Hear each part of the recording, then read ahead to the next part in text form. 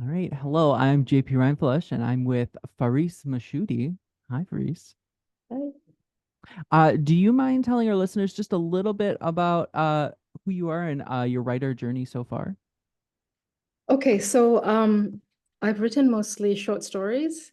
I love flash fiction. I've had a couple of these published. So this is a journey now into the longer form. Hmm. I've tried out a couple of novels. This is probably the first one that I'm getting to an ending. I've actually written an epilogue as well, and like filling up the bits in between. Yeah. Um, I'm from Malaysia. I was born in Malaysia. I also grew up in Canada, and I studied in the UK for quite a number of years.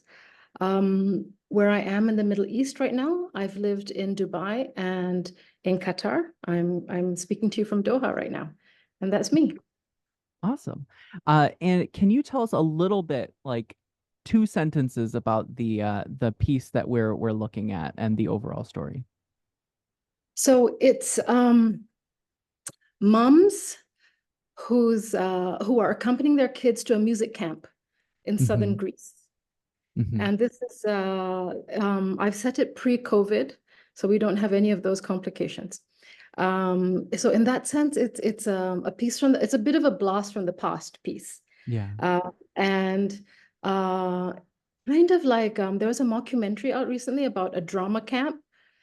So there's all this bonkers craziness that happens, and a lot of action that happens around, but it's actually the internal movement within the Hmm. characters that I hope to draw out.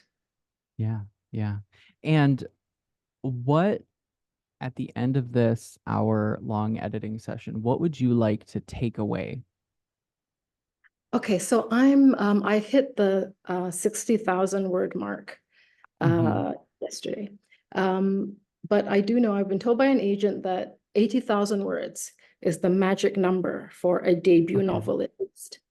I know Hmm. there have been novellas, even 40,000 words or just under that have won novel prizes. But I'm just, I suppose, going to make it easier for myself when pitching by having, as close as possible to 80,000 words. So I hope you can help me identify areas where I can deepen perhaps and Yeah. extend that word count. Okay. Cool. Cool. So let's dive in. You sent me the chapter one, but it's a flash forward into day 6 of a 10-day retreat, sort of. Okay. So I'm going to share my screen and we'll just dive right in. Everything will be fine. All Yes. right. So Yeah. I think that how I want to start this is maybe hit a couple of these comments and then we might break out and have a bit of a longer discussion as to like the trajectory of the story. And I think that this opening line that you have here is such a fun way of starting. You have the like if this you're the sort of parent who when your child is in danger, it's in your DNA to do something, don't read on. Our paralysis will kill you. I have just a minor suggestion here. And that's that by potentially saying something along the lines of, if you're the sort of parent who can't bear to see your child in danger without acting, brace yourself. Our paralysis tonight might be our undoing. And the Ah, reason behind that is that the reason why I would suggest something along this lines is that instead of saying like we might kill you, reader, we're saying that our events tonight are like our ruin, and therefore it's pulling the reader in to be like, what is that ruin?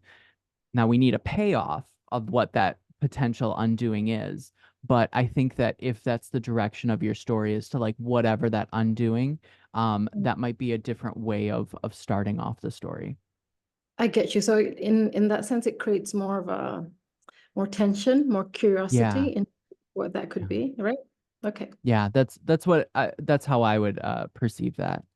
Um, and then just sort of diving in here, we talk about Grace needing to find an answer, but she's trembling. It's late at night. I don't know if this is clear enough. What exactly is she trembling from? I assume it's like this inaction, but maybe a little bit more clarity here, and what sort of question are we trying to find that answer to? Um, I'm going to have this question a lot. Do not take it for everything. You can pick and choose where you want it. But a lot of these moments that you have of introspection, I'm very curious if we could turn those into dialogue. So you'll see a lot of my comments about like, can we turn this moment into some bit of dialogue? So here would be a possible change of the starting thing is because you have another character named Grace who is with your main character, we already have that freedom to talk back and forth. So is it possible to start it off with, did we make a mistake? Grace asks, her body trembling worse than mine. No, I say, looking up to the stars, birth, and then we have that little moment of introspection, but like we couldn't have known. And then burst of laughter cutting through. So we're instead of having these moments where Frida, our main character, is sort of introspective and having a lot of these internal thoughts, is there a way to shove that out into the present moment and have that conversation with Grace? Right. What are So your it's not thoughts there? too early, you think, JP? Sorry if I interrupted you. It's No, no, not it's too early, fine. I think, to have dialogue up there because it's still just after the first paragraph, right? That's Yeah, okay? I don't think so. I think that you could start dialogue right away. A lot of the things that I've written, um, dialogue is actually the first sentence. So um, it's doable. It's just dependent on how you want to bring it in. Um, Okay. what that does is if you, I like to think cinematically, and sometimes by having this introspective moment, you're sort of like bringing that camera slowly in. But if you just cut to like straight up dialogue, sometimes that in and of itself is very like jarring and it draws the reader in that sense. Like, oh well, if you were to use, for example, the dialogue here, well, what's the mistake that they made? And no, we couldn't have known. What couldn't you have known? Like there are a lot more questions that come out of it that maybe the reader is more drawn into. I highlighted in here the dialogue, and the reason I highlighted is because obviously, as part of Dialogue Doctor, we love our dialogue. And I noticed that as a first chapter, there were a lot of breaks between a line of dialogue and then the next line of dialogue. And I'm wondering if we can take those paragraphs of introspection and sort of turn that back into a conversation between Grace and Frida. What are your thoughts there? That's actually why I came to the dialogue, doctor. Perfect. Perfect. Okay. So before, I think now is a good time, sort of now that I've laid the framework as to like how a lot of these edits look, I would like to talk about the intent of the chapter and let's see if we can sort of massage what that intent looks like before we move through the rest of the chapter. Does that make sense? Mm. Okay. So in that case, what what do you want the reader to feel having read this chapter? Well, both Grace and Frida feel apprehension. Hmm. So it's these mothers' concern over what their kids, what can happen. Yeah. So things are reeling out of control. And because their kids are teenagers, they've already lost a lot of control. Hmm. And it's actually part of the overall arching theme of the novel that this is these are moms, and in particular, Frida is a mom who is trying to either adapt to losing control over her child's life, as you know, as she's gone into a cocoon, and but Frida hasn't actually grasped the idea yet that her child needs that space to grow. Um, and so uh, these are moms who have already lost a lot of control, are feeling that things are out of control and can only get more out of control. Yeah. Yeah, exactly. And I definitely got that as the intent. So I feel that. And one thing too is this is your chapter one, but it is a flash forward, which is fine. We can do that. And what I interpret a flash forward as a chapter one Mm. is it it functions as a way to show the reader the big event and to lay the framework as to like what that week is going to be. Sometimes this is used when we have a main character that may be unlikable or that may be difficult to understand right at the beginning. So then we bring our reader a couple like a bit into the future, not the like ultimate climax, but maybe right before it. We give them that moment of vulnerability, and then we bring them back to the beginning.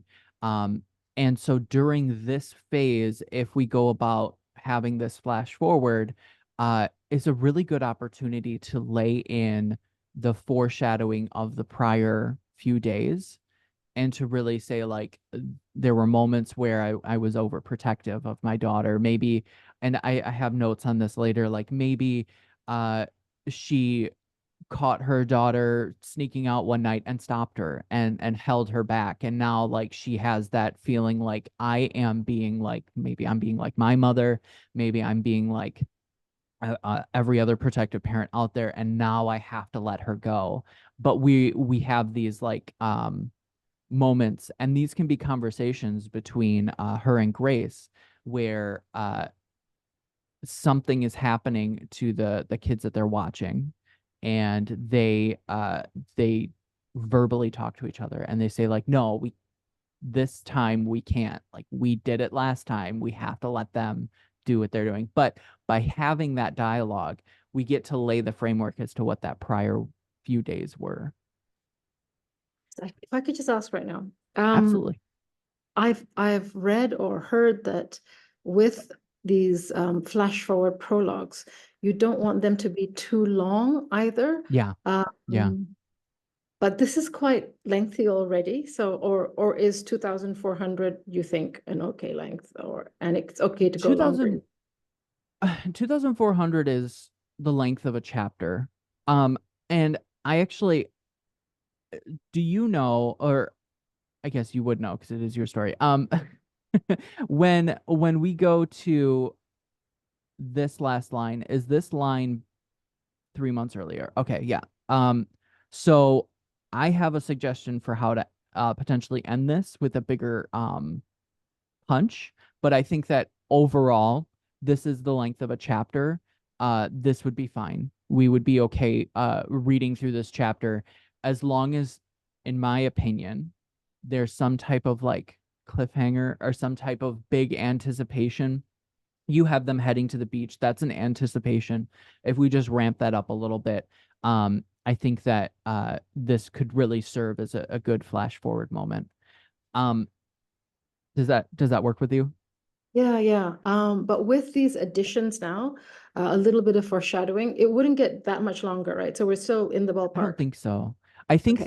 that I think that some of these introspections you might find that we can move them to a different chapter, and that Mm. by really focusing more on the present moment and like the conversation between Grace and Frida, um and playing with them being in that present moment, we can keep around the same word length. So I Yes. think you'll be okay. Thank you. Uh Speaking of story hypothesis, which we were talking about for a second before I hit record, uh, I get the vibe of two big needs that exist, and um, it's really this is a moment where we start to see the shift, and I think that Frida has this need to protect her daughter at the beginning. And this is that moment where she has to let that go and let her daughter have freedom.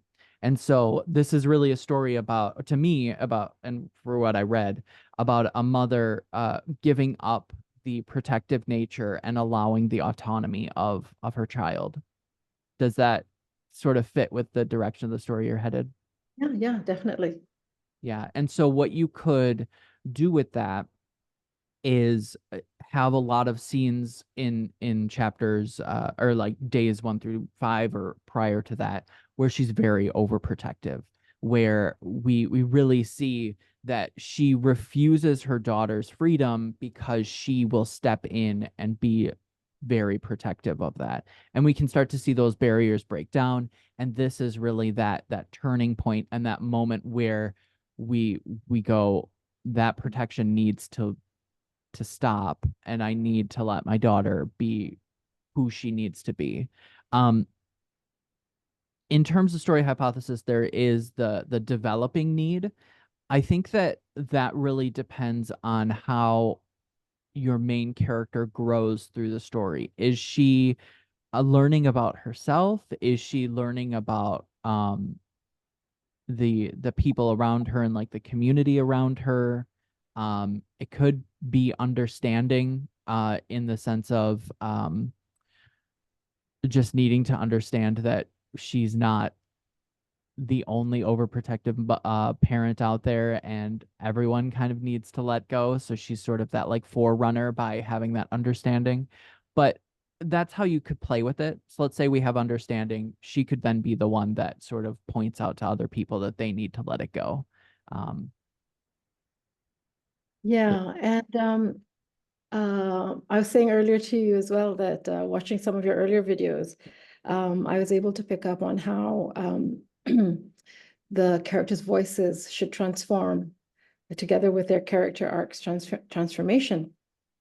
And it made me realize also that one of the issues or hangups that Frida is having is that her daughter isn't listening to her. So to a mm, certain extent, or to a large extent, she's lost her voice in her mm-hmm, daughter's world. But then when she gets to camp, one of the discoveries she makes, pleasantly or otherwise, is that people, the other moms, are listening to her, and she hasn't been mm-hmm, listened to in a really long time. And to, I suppose, underscore this point, she gets phone calls from the office where, she's having issues at the office. She's feeling a bit discontented with what's going on in the office, where there's like, I don't know, management changes, and her voice isn't really being heard in the office anymore either. And then, so the idea is that at the end, she realizes that she hasn't lost her voice, really. mm-hmm. That almost sounds like Frida having a need for identity by means of like she may feel like at the beginning her motherly protective nature is who she is as a person integrally, and as she starts to let that go, she starts to feel like, who am I? Like, if I'm not this, who am I supposed to be? And so we can really play with that then, because we get to see Frida grow as a person to understand that she's not just this overprotective mother. She is a fully fleshed out human who make her own mistakes, and she should let others make mistakes too. And so it's almost like she's holding on tight to this soul identity, and she needs to explore that. That's Yeah. fun. Yeah. Um, yeah, and then I can see by having like an identity as a developing need, what that means to me is whenever Frida focuses on being overprotective and in this like quote unquote negative state, other negative things will probably happen around her. People may Uh-huh. not talk to her the same. They may think like, wow, you're kind of being a little bit too much. And that will lead to her feeling like she's losing her voice, because she's almost losing that connection with other people, because they may not like this version of Frida and how she's sort of like doubling down into this. And as she starts to sort of come into her own and have these moments of like, I don't, my daughter's doing this over here. I don't need to worry about that right now. I instead want to talk about Aristotle and Plato, or I want to talk about the things that really intrigue me and make me really excited. All of these studies that I've had where I don't have to constantly think about my daughter, but I can think about the things that I've been reading on. People really interact with that because now she's coming into her own identity, and therefore she gets these positive feedback things. So that's how you could play with different scenes, is maybe you have a scene where Esme, her daughter, is off doing something, and a scene or two prior, she would have been thinking about that and only that and not being involved in the conversations. And now she can, because she's like, it's fine. Like, I will let this one go. We'll have a conversation over here. So yeah, you could really play with that. I see. Um, So I just want to mention here that I think I've done a bit of that in one particular scene anyway. But now you've helped me to think about it in a sharper view with a sharper mhm, focus. And so how I've written it now is that when the mom says, "Oh, you can go off to the class yourself, you can do it, I don't need to be there because I've yeah, got my own chat group going on over there." yeah, And the daughter's reaction, Esme's reaction is panic because this yep, happened before. So I guess this is like, both of them adjusting to this new yeah, way of being. yeah. I mean, you're allowing Esme to have autonomy, and she also may not be ready for it. She may be nervous about it, until uh her mother probably reaffirms, you are an adult, or you are at least close enough to it that I will always be here if you need me, but I am not going to step in the way every single time. And that's scary, especially for kids. But I think that that's something you can play with as well, is that this like, oh, I do have freedom. And then like that curiosity of like, how much freedom do I have right now? Yeah.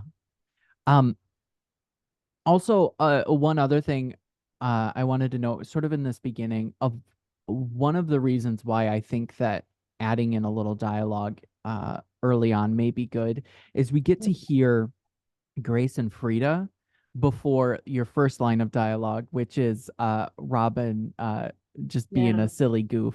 Um, and I yeah. think that sort of having dialogue up here that leads up to, I said he was in a speedo, he's not. But I'm cut off by the shouts of a young man walking right between us shouting, because then it tells us like, oh, immature kid being silly, just to sort of play into the silliness here. Um, I think you're right. It should be the mother's voices first, right? Yeah, yeah, yeah. yeah, Uh, Potential dialogue here. So we have like jaw dropping in realization, eyes shushing her to remain silent. You barely know the woman. Maybe we do say that, we grab a wrist and we say, Grace, no, like, I know your son is about to do this, but we have her actively like grabbing a wrist and telling her no. She stops and mutters, boys are stupid, under her breath. I think that these might be kids that say this instead. Um, I think clarity. Oh yeah, because I have here action, dialogue, and then mention that it's Esme. And the reason I say that is I didn't know who said this first. And I think that if we have like a voice shouting from the buffet loud enough for the boy in the Speedo, he's not in the Speedo, to hear, boys are so stupid. And then, of course, when I trace the sound, I see her physical yeah. description of Well, Esme, I'm gonna beauty keep of my in the daughter. line below. I guess it's not clear. I should bring it up, perhaps. It, This, you don't have to. However, I had thought that Grace had said it at first. right, right, right. And this is a choice that you can make any which way that you want. Um, but the potential of having maybe a moment of action beforehand pulls that dialogue just a little bit farther away from that previous line, and Yeah. it allows us to be like, oh, the voice is coming from over here.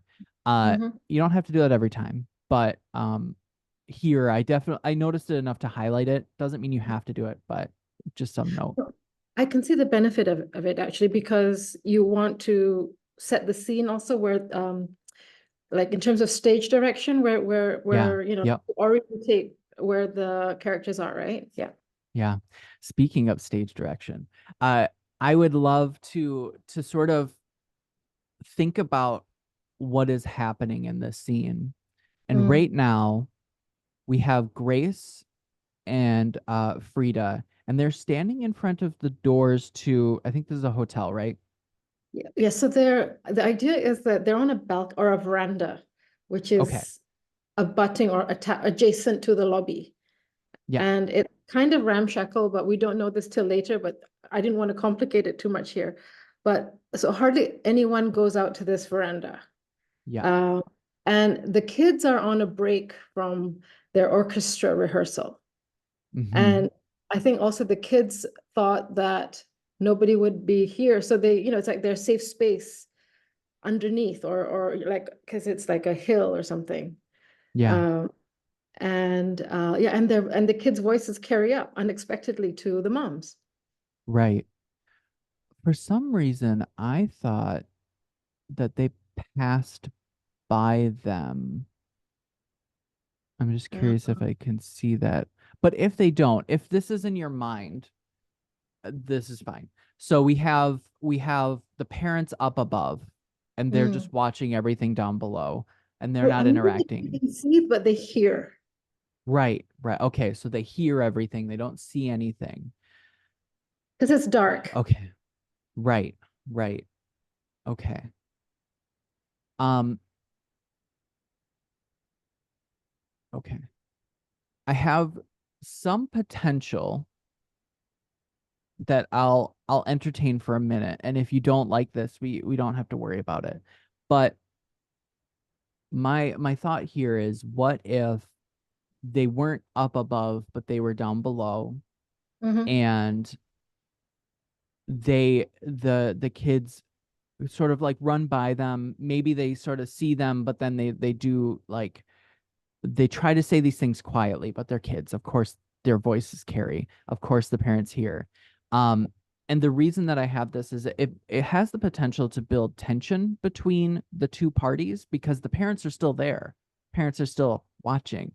Um, and so we could have Esme give a side glance to her mom, and then they walk away, but they're still like they hide behind something or they stand behind some foliage.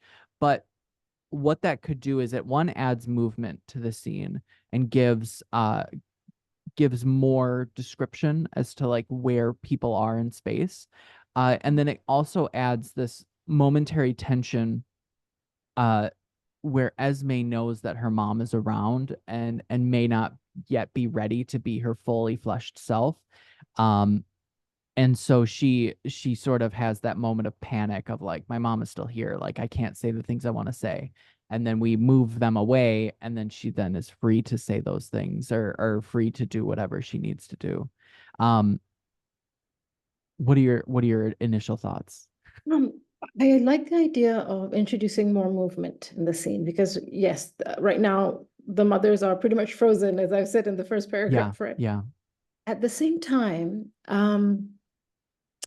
throughout the novel, the way I've built up the scenes, a lot of them are or have Frida um, observing or Mm-hmm. watching uh, Mm-hmm. without being able to hear fully or hearing without being able to see. She's always not having the full amount of information that is ideal.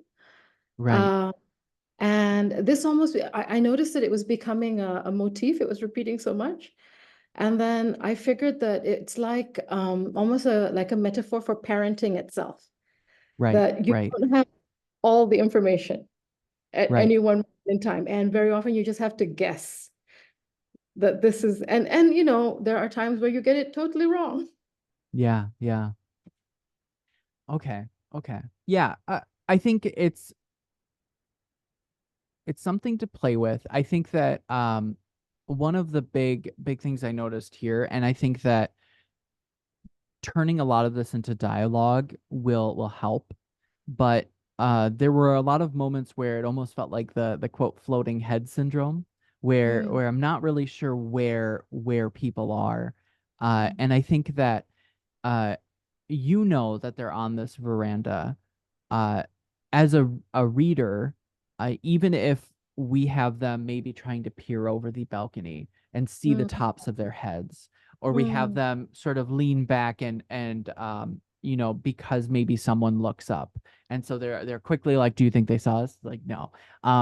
But having that sort of Yeah, physicality even on a veranda would yeah, would help to sort of bring back what the space looks like.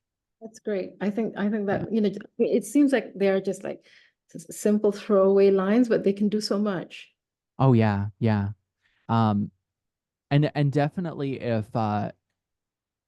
if there's that sort of tension of like Frida wanting to just constantly look over, but knowing that if she does, someone is going to look up, it brings that back that like, oh no, like I want to see, but I can't see. And so there's a lot of that you get to play with. That's a great Um, idea. let me see. And yeah, I ask a couple times, like, what is everyone doing? I think that however you go about that direction, um, I think that just adding that physicality will make sense. Um, oh, and then I know you noted, do you think a reader would be upset with any of like that Malaysian slang? I was totally fine with it. I was like, oh, okay, like I'm good with this. So It's whenever stuff like that happened, I was like, oh yeah, I'm fine.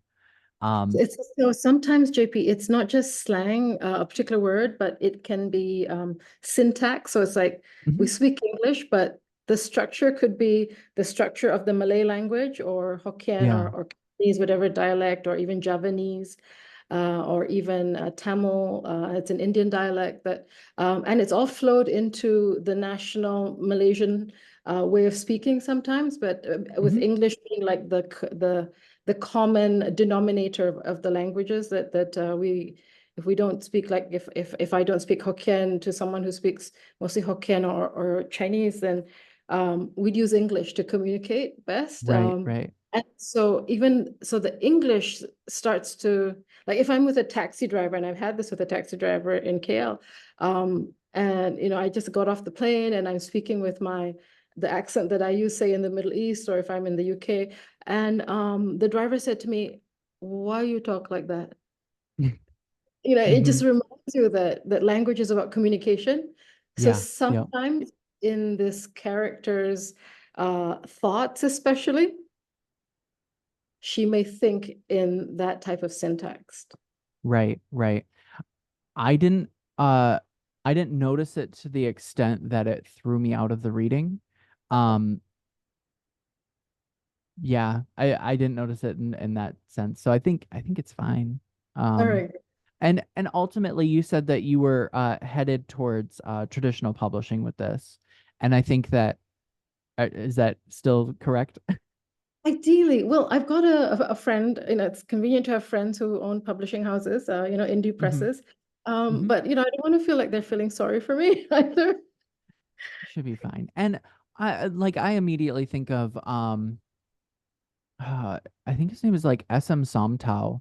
Because I'd interviewed him on a previous podcast, and he is from I think the Philippines.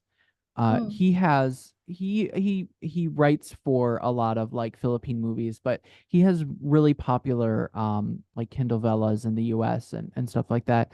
Uh, I remember reading it. It had a bit more of that like noticeable syntax. I still enjoyed it. okay, So you're fine. You're fine at the end of the day. Um, great. Yeah, and then and here, oh, go ahead. character's voice as well, right? Sorry, JP, it's a character's voice as well, right? Yeah, yeah, exactly. I mean, it's a character's voice, and I think that the really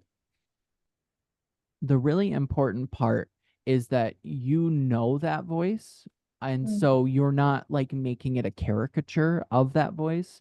Um, it's something that you inherently know. Uh, mm, if I were to write that voice, I personally would need to study that syntax, make sure that I'm doing due diligence, maybe give it to a friend or two.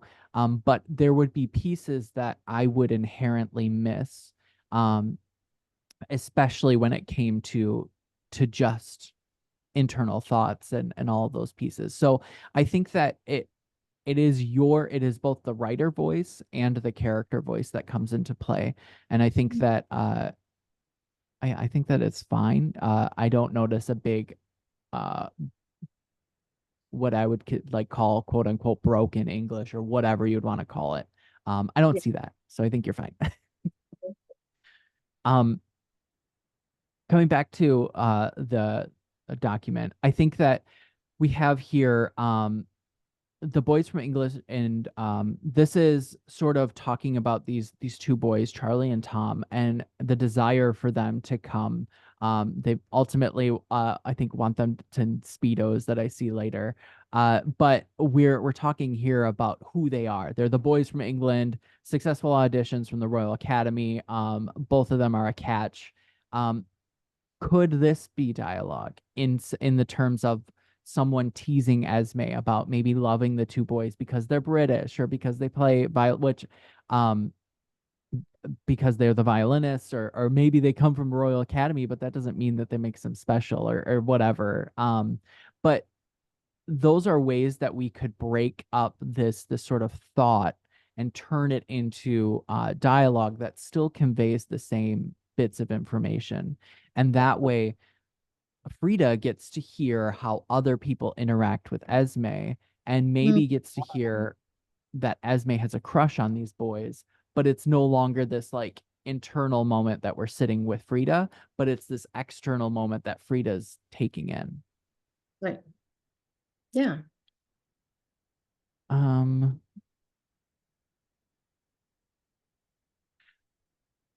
I glare at Grace, her precious Robin. The way they use his name is clearly instigator, if not the originator, of this very, very bad idea. And then Tom and Charlie, I swear, punctuated by a kissing sound. So this makes more sense knowing that they're on a veranda and they may not be able to see every voice that's speaking. But this Mm, comment would then lead to clarity beforehand that, we can't see everything, or maybe like we back away and then we hear and we're just like, I don't know who it is, but it's, they're joking here. Um, mhm. oh, and then adding on to this dialogue and maybe emphasizing that he means Tom and like Charlie. he's swearing that they're coming. So like, don't worry, they're definitely coming. Tom won't shut up about you today. Again, giving more texture about like maybe Tom has a crush on her. And then someone else saying, so Tom and Charlie are coming, right? Emphasizing Charlie because that was more of the interest. And then yes, Charlie too, I swear. This Mm. could break it up as opposed to just saying Tom and Charlie, I swear, which I think was said. I think it was said By twice. Tall, who's this girl called Kenzie. Yeah. Yeah, yeah. Um, so it's just a way to sort of like expand on that dialogue and add more depth into it. Um, Yeah. okay, here. Um, so not good enough with that, and there's like kissy sounds and all that, and then unbelievable, it's my turn to swear. I wasn't already biting my tongue. So we have a lot of this like internal frustration that's happening. Maybe there's commentary between the parents here. And maybe now they're trying to get a better look. So now maybe Frida's trying to lean over her, like half jump off this veranda because she's so like, what the hell is happening? But I know I'm not supposed to do anything. Um, and so like some of this like fear and frustration could be shared between Grace and Frida. Oh, I should add that there's actually some awkwardness between these two women. Oh, Uh, perfect. so yeah, there's that going on as well. There's that, yeah. What's the awkwardness? So they were meant to have separate rooms at Oh, yeah, at the yep, yep. they were meant to have separate rooms. But Esme's condition on for coming to camp was that she could have her own life, as in her own roommates, and she does. So Frida has her own room, but the resort is overbooked. And because Robin and Grace arrived a bit later because they missed their flights and transit, what have you, Yeah. um, they end up not having a room, and because Frida's got this room all to herself, um, she ends up having to share with Grace and Rabin, a 14-year-old boy who's Yep. going through the thick of testosterone crescendos. Um, and Grace is a very religious person, let's put it that way. Yeah. So she will Yeah. um, uh, yeah, and so there's awkwardness between the two. Frida's privacy is already impinged upon, and she's hoping every day that the resort will have a room for them. Um, and there's scenes later on where it's uncomfortable because Grace will go into the bathroom to take the calls from her husband every night, but at the same time, Frida can hear through the very thin walls. Hmm. And you have Grace repeating things to her husband that Robin told her, which are a lot of them are lies and not as accurate as you would want. Yeah. So there's a lot not spoken, even by the time they get to this veranda scene. Yeah.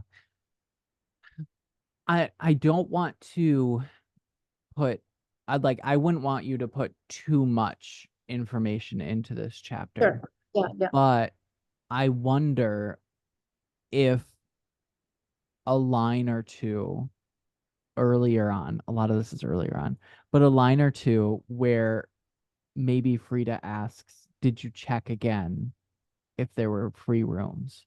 Um, might add to that tension because now we as the reader we have no idea that this is happening Yeah, because this is yeah, our first chapter and yeah. that's what I love that you did the flash forward. But what it does is it puts a lot of weight on the flash forward because we as the reader, we don't know these people at all. And there's a lot of subtext and a lot of conversations that we may not know 100%. But I think that there's like even a line that Frida asks, were you able to get a room? And Mm, Grace shake her head. And then Frida is just like, that's fine. And then we move on. As a reader, I may not 100% know that, but later on, when I discover that they had to share a room, I may remember that this conversation was had in chapter one. Oh, yeah, like obviously there's some tension there. Um, so that's how you could add in, honestly, like one or two lines of dialogue. Not a lot of real estate for your chapter one, but still add in that depth of like, what does that mean? And now I get to find out later. okay. I think that would be especially that one um Mm, would be really good to add. Let's see here. Uh because of time, I'm just checking how are we doing? Do you have anything very pressing that you want me to address first, or would you like me to continue moving on? Please carry on. If you have the Okay. time, this is Yeah, we got the time. We're good. Um, all right. So, okay, I swear on my mother's life, not if he could see the look on her face. So, like, how does, especially this one? So here we have Robin saying something, and we may not be able to see Robin, but as Frida, we can definitely see Grace. So yes. let me see that look on her face. Let me see her move. Let me see her grip onto the balcony of just like, I am going to murder this child or something along those lines. But I think that a lot of like physicality here would be really good. Mhm. Um, could I have more context here? So is Robin swearing that he will go and get the other two right now? And they will be in Speedos. No, The thing here was that this felt a little disjointed, because there was a lot of like, don't worry, they're coming. And then, sort of, I wasn't sure, like, is he supposed to be getting them right now, or is he like promising that they're coming? in that very bad rap earlier on, he said 10 past 10. So that would be Hmm. after the orchestra rehearsal wraps up. Okay. And this line in your Speedos is meant to be Kenzie or Tall saying to Rabin, see you in your Speedos, Rabin? Hmm. Yeah. Okay. Gotcha. Um,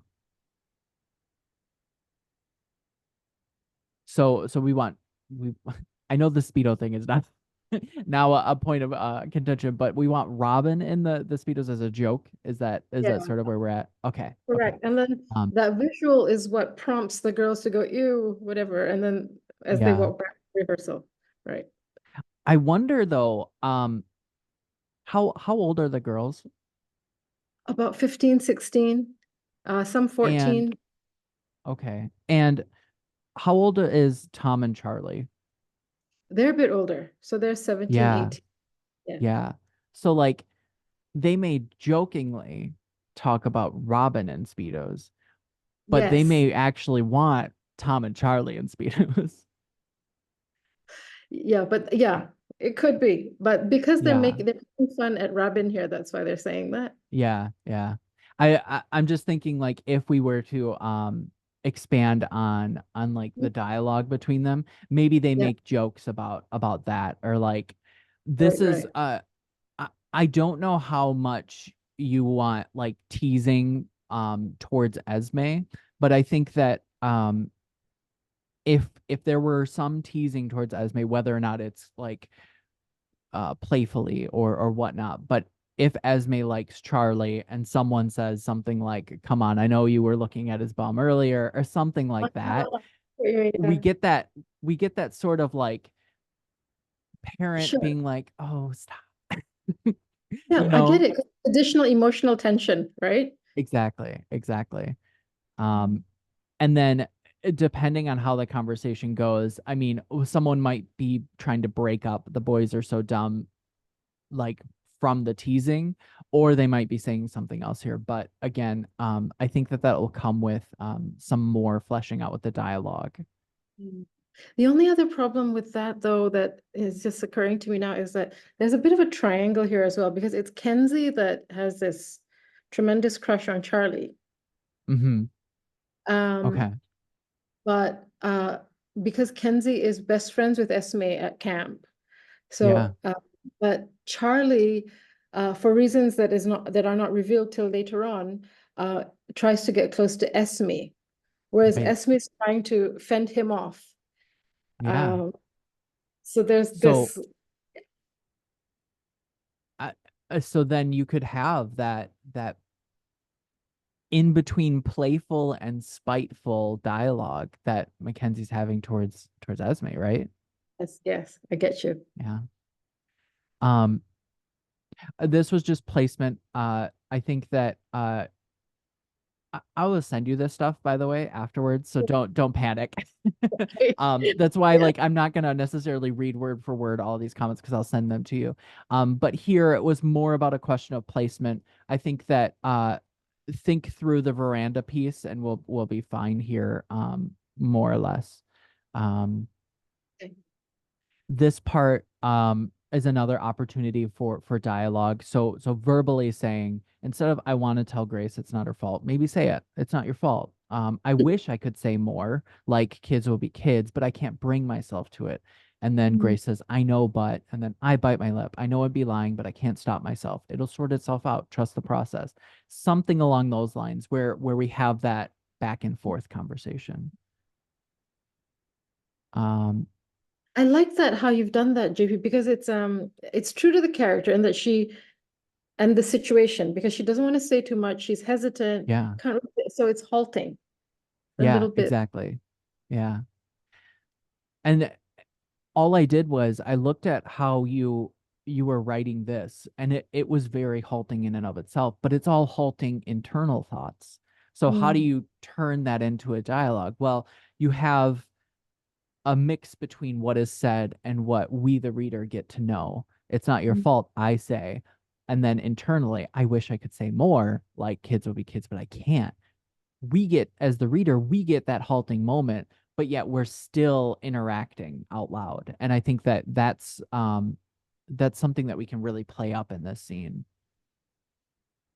Brilliant. uh Here, only because this is a big chunk of information, and I think that this would be really good to set the stage earlier because we get smells here, but Mm. we're I think halfway through the chapter, and I think that this would be something that would be good to know when we Earlier. establish the veranda, especially. Sure. Um, this could be dialogue, maybe something a little earlier. Everything goes earlier, right? Where are moms when they're needed? Honestly, where are they? Yeah, I think that maybe a different child says something untoward and they can't admonish that child. So they're like, Or it maybe could be Mackenzie. Yeah, like maybe Mackenzie some says of the, something and yeah. Frida The really child- wants to say something, but it's not her kid. This was the first instance of me, the reader, hearing the name the general, but I yeah, don't know who the general is. So maybe a little tiny bit about who that general is right. might help. Okay. Yeah, okay. And it follows from what you just said earlier, because the general is just one of the mums, and it's a nickname Okay. that the child gave to her mother. Okay. Okay. Yeah. Yeah. Yeah. Um, yeah. I could see this being like Mackenzie says something and then Grace wants to speak and then or not Grace, Frida wants to speak and then Grace being like, don't you don't want the general or whatever. You know what I mean? Like adding in that like they're playfully calling her the general too, because like everyone calls her the general because like she's even worse than Frida is with overprotectiveness. Yeah, Um yeah, I could see something along that with dialogue. great. So for me, this was my first clue that everyone was in the orchestra. Um, I think that up here, when we have the kids coming out, a mention that they are on a break from orchestra practice wouldn't be A miss. yeah, like I would just toss that in there just so that I'm like, oh, okay, all these kids are in orchestra. Um because especially when we were talking about Tom and Charlie and playing violins, I thought Mhm. that they were just two boys who played violins, but I didn't put the pieces together yet. Um, and that might just be me, but that's something to just look back on and say, like, is there a possibility that I could mention that, we're on break from orchestra practice? Yeah, yeah. Um, yeah. Um, more potential here to say things. Um, the coughing from Grace happens here, but I wonder if maybe she coughs a couple of times earlier, and this will come through with more Like, oh, dialogue too. Um, and maybe it gets heavy here, and that's when she backs up, and then she has that moment of like, hold up, this girl have TB. it ramps up as Um, well. yeah, this was also the first clue for me that Grace was an Asian mother. Um, Does it matter? Not necessarily, but I did want to point out that like this was the clue to me. So I don't know if that's something that would want to be mentioned earlier or not. Um, You doesn't need know, to. it's something that I've been thinking about from segments later on where there's more grace in conversation. So in Grace's speech, um, in debating whether I should inflect it with an accent or dialect or Mhm. syntactual originalities or uniqueness also, the question came up, should she be able to be identified from her speech or not? She doesn't have to. Um, I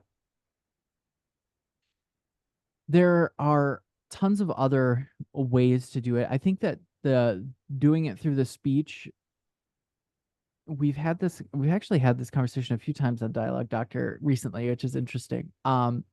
Because I think that adding in a dialect or a dialogue that is unique and special to a certain character with maybe cut off language that wouldn't normally be cut off or apostrophes, it is a tool that you could use.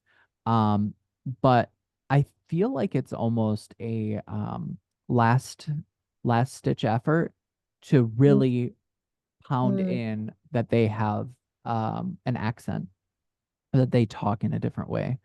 Yeah, and I think I that syntax, or like the way that words are placed in a sentence, mm, is potentially a better route, especially you may know some of that and how that dialogue sounds. Um, yeah. and then, oh, go ahead. I see you wanted to say something. I'd say that the other thing also is I'm just being very careful as well. I wouldn't want to come across as being stereotypical and Exactly, exactly. labeling people, you know. Yeah, yeah. Uh, this is another question. Are any of these characters like real people, or are they all made up? Um, there was a camp. There were mothers. Um, the characters here are fictional, though. Yeah, Uh, okay. they may be composites of people that I know, or they may not Yeah, be. Let's yeah. put it that way. Because so for because Grace is what like place does Grace originate from, or like what country? So later, I think later on in this chapter, actually, I mentioned that she's Goan. So she's from Goa in India.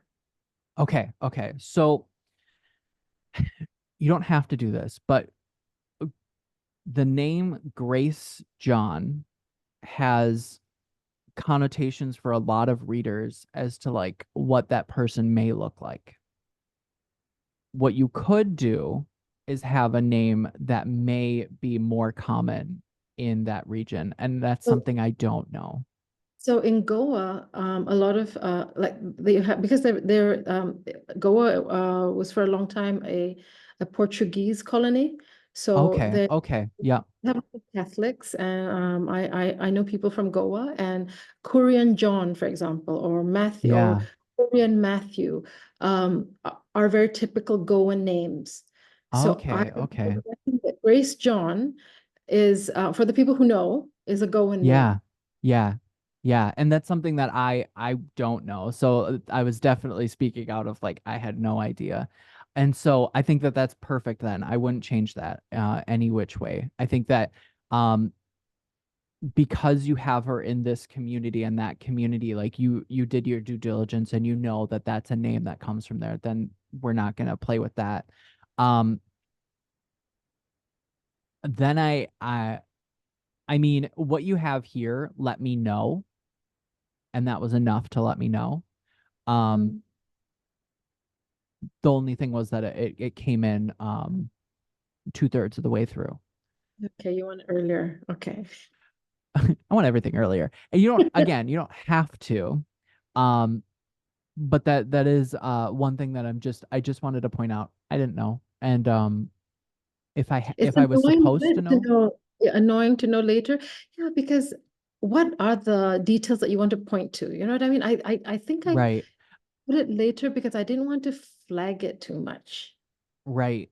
So what I as a reader would want to know at the beginning of a chapter, who is my main person?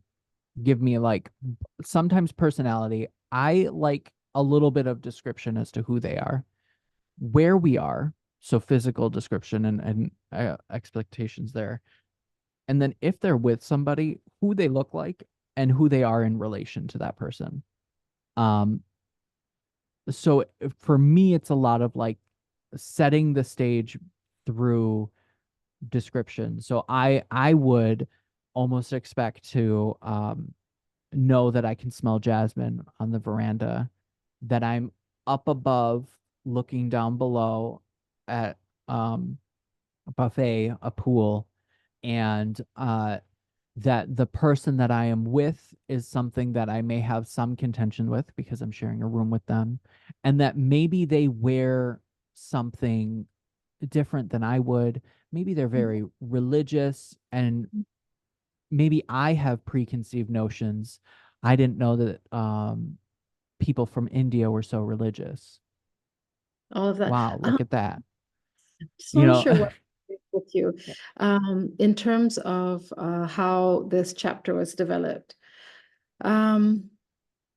So originally I'd written it with the character Frida being, Hmm. and even Grace potentially being from, say, a Western country. Like they were Okay. completely Yeah. motionless, Yeah. without race, without.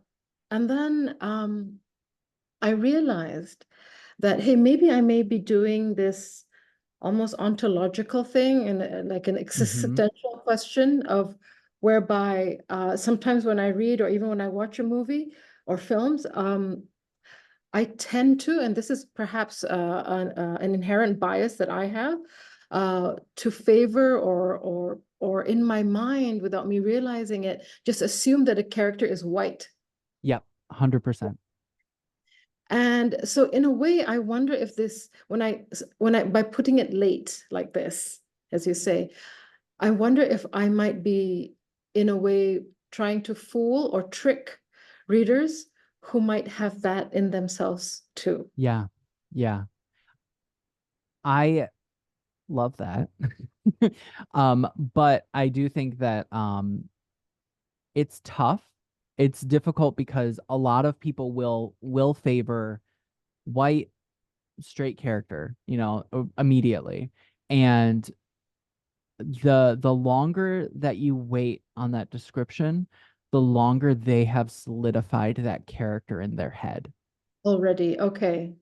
So, for example, and this is the only example I can think of immediately off the top of my head, but um if I remember correctly, in the Harry Potter series, Hermione was originally, or at least J.K. Rowling said it at least once, that Hermione was black, but she was never said to have been black in the book.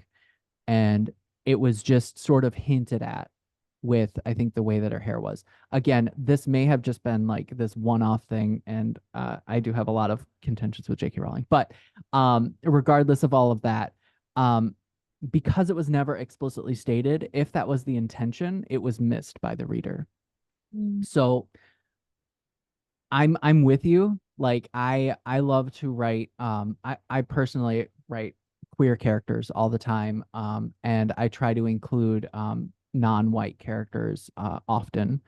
But I do feel like because of my own biases, I almost need to bring that to the table right away to be almost like to be on basically to be unapologetic about it, right? To be like, this person is a queer person, this person is a black person, this person is an Asian person, and we're gonna tell you right now so that we can move forward and that you know that this character is who they are supposed to be.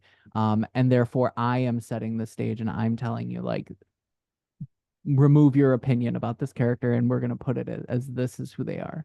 um that would be my 2 cents.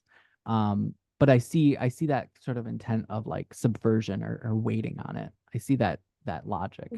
I thought like, oh, okay, they like the character, so it doesn't matter what they look like or where they're from.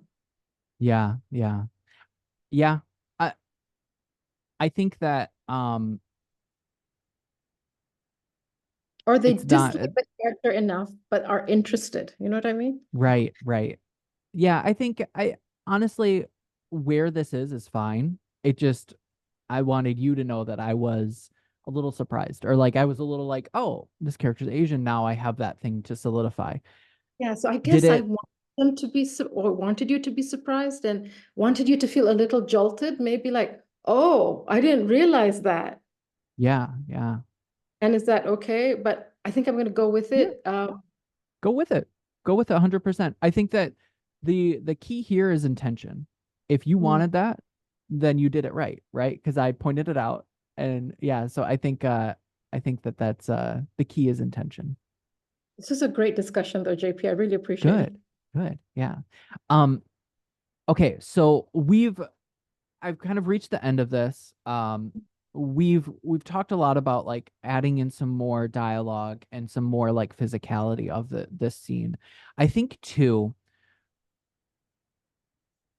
I would strongly suggest, no, I would just suggest, and you can take this or leave this, Okay. um, with leaving this chapter with Tom and Charlie showing up and them being attractive and however which way they are, but Okay. that being the cliffhanger because we've been talking about things becoming the undoing. We've been talking about attractive Tom and Charlie showing up, and all of that is adding to the apprehension of like what this night is going to be and what is the undoing going to be.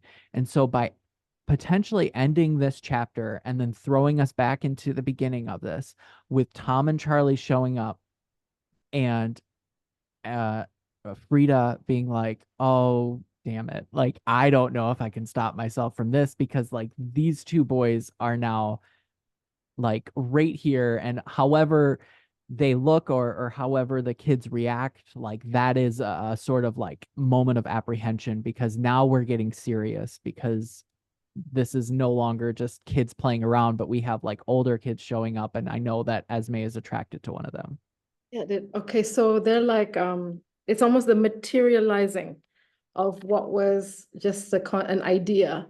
And Yeah, they act like alarms in a way, like sirens suddenly appearing.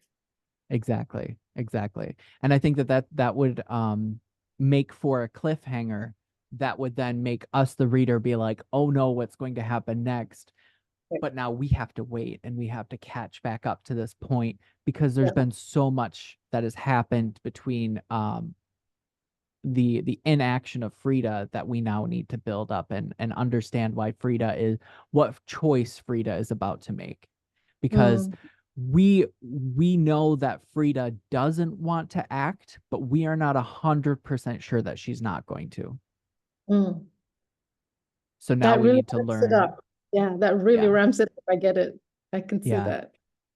Um, I have some notes and some questions here that I think would be good for you to look at and maybe answer and then go back and do some edits. So for example, like how do you want the reader to feel? We sort of talked about this. In 3 to 5 sentences, what is this chapter about to you? What's the turning point or the conflict of this?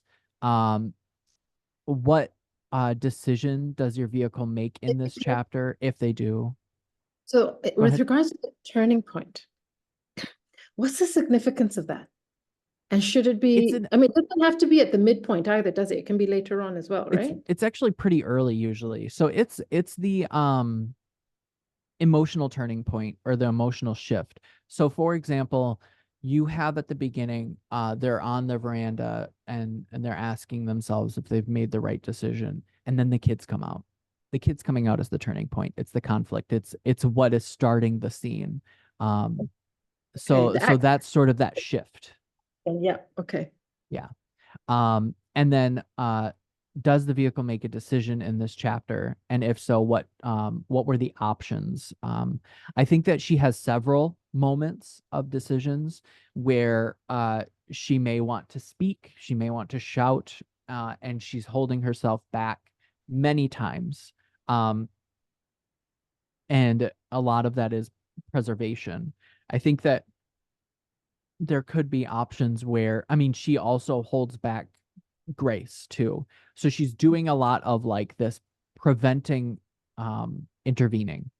And I think that that's a lot of her decisions there. And then what happens because of that decision? Well, Tom and Charlie show up and then we're left at like a uh-oh moment. But there may be other things that happen in this scene too. Maybe Esme um Mackenzie says something that's really hurtful to Esme because they didn't act. And now, maybe Frida feels really bad because of the fact that she didn't act, but she knows that Esme will get over it. She can't always stop hurtful things from being said. So those would be sort of like the questions I would look through and then go back and do some edits. Um, I have some notes here. Some of them, based off of our conversation, may not be relevant, but they're notes that you can take a look through. You can see sort of what my thoughts were while I was editing this, and then if you have any questions with that, you can always send me a message and we can talk about that. Thank you. But yeah, um, I also have a character voice design sheet, but we have run over time and I do need to end this. So I will share that with you. And then if you have questions, we can talk about it. But I'm going to stop sharing my screen. Um, do you have any questions that you wanted to go over quick? Just quickly, in terms of like book comparisons, Hmm. comps, I think as agents or publishers call them. I was thinking the only one I can think of right now is perhaps Lessons in Chemistry, where it starts off as Yeah. being between a daughter and that tension and conflict with the mom. But then the book Lessons in Chem, I'm not criticizing, it's not my place to criticize Lessons in Chemistry.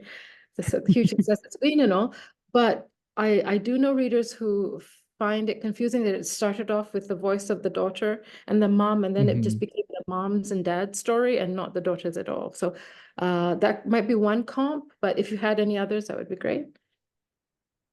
Unfortunately, I don't read in this genre, so I Yeah. can't necessarily point out, but this, I think that when looking at comps, you're looking at like what is the vibe or what's that feeling. And the fact that like you picked up on lessons in chemistry sort of suggests that's a similar feeling, even though the stories may depart. Uh Mm. I would have to look around and see if I can find any options. But yeah, yeah. I sent you a question about the epigraph, and Yeah. how that, to what extent that also influences the tone that we should be using throughout the book, or is it just something to have in the background? Um, I think that let me quick pull it up. I need to find it one more time. Can you remind me what the epigraph was? It was something about the it was a quote from a book about the Temple of Delphi and Apollo, and how there's this thing called the Pythian Games, Mm-hmm. which used to Mm-hmm. exist. Mm-hmm. It was like every 4 years or 2 years between the Olympics, and how music competitions were held back then. Yeah. So if I remember correctly, when I read that, I and the other context around your story, I um perceived the moments like at this buffet and poolside as the quote unquote games, as opposed to what is more than likely the actual competition and what other people may perceive the games to be, which I think is perfect because Yeah, I think it you want adds to that. um, and I think that by putting it in the mother's perspective and having these games, it's a lot of her being forced to watch and make decisions on whether or not she's going to interact. So I think that it works. I think that it sets a stage to me because games have such connotation to the Hunger Games to me, because that's what I'm thinking about. I did think a little bit about Hunger Games as I was like reading through this, but Yeah. I don't think that that's a comp at all. I think that all that did for me was sort of put these kids in a situation where they may be like vying for attention or vying for other things against each other. Stakes are not as great as that as Hunger Games. Oh, Definitely. okay. No, it's good. Um, but yeah, I think it works. I think it's fine. Okay, great. Thank you. Yeah. It's been Yeah. so great. Yeah. Okay. Well, I will stop the recording